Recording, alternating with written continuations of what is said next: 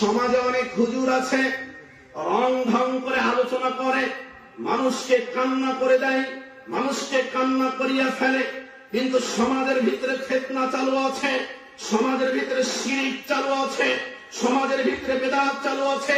এই বাটপার হুজুরগুলো, এই ভণ্ড হুজুরগুলো কোনদিন টাকার কারণে, এই লক্ষ লক্ষ টাকার কারণে সমাজ থেকে তারা কোনদিন শিরক বেদাত উঠাতে চায় না। কথা ঠিক কিনা?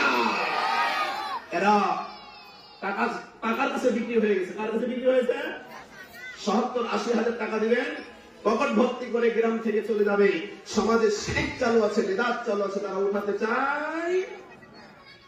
সাধারণ মানুষ তো বুঝে না রে ভাই, সাধারণ মানুষ বুঝে গেল, বুঝে না।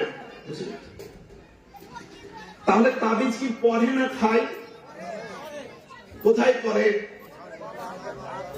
বিভিন্ন জায়গাতে। আমার ওস্তাদ জি বলছেন গলাতে পড়ে, মাজাতে পড়ে।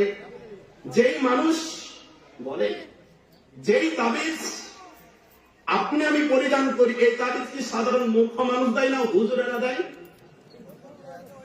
কথা বুঝতেছেন আমার? যে তাবিজ পরিধান করি, এই তাবিজ কি হুজুরেরা বিক্রি করে না মূর্খ মানুষ দেয়? হুজুরেরাই দেয়। এক হুজুর বলছে তাবিজ পড়া যাবে না, আর এক হুজুর বলছে তাবিজ না পড়লে কোনো অসুখ ভালো হবে না। কথা সত্য না মিথ্যা? সাধারণ মানুষ কোন দিকে যাবে? সাধারণ এলাকার মা বোনেরা কোন দিকে যাবে? ছোট্ট বাচ্চা কান্না করতে লাগলে মায়ের বুকটা ধরফর করে। কথা ঠিক কিনা?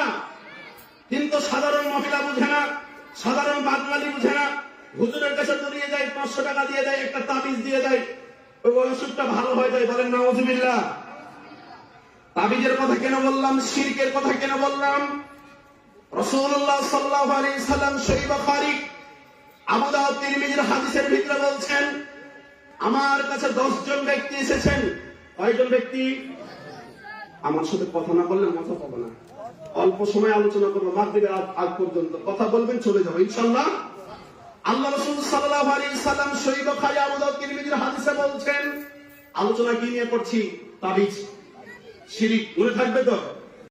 আমার মতন হাজারো সমাজের ধনী ব্যক্তিরা এই কবরে শুয়ে আছে, আমার মতন হাজারো সার্টিফিকেট ওয়ালা যুবকেরা এই কবরে শুয়ে আছে।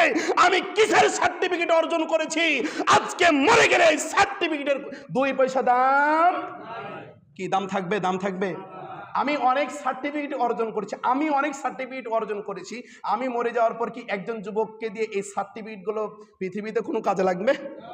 তার মানে কি? কিছুই যেহেতু কাজে লাগবে না, এই দুনিয়ার কিছুই যেহেতু কাজে লাগবে না, যেটা কাজে লাগবে সেটা করবো ইনশাআল্লাহ।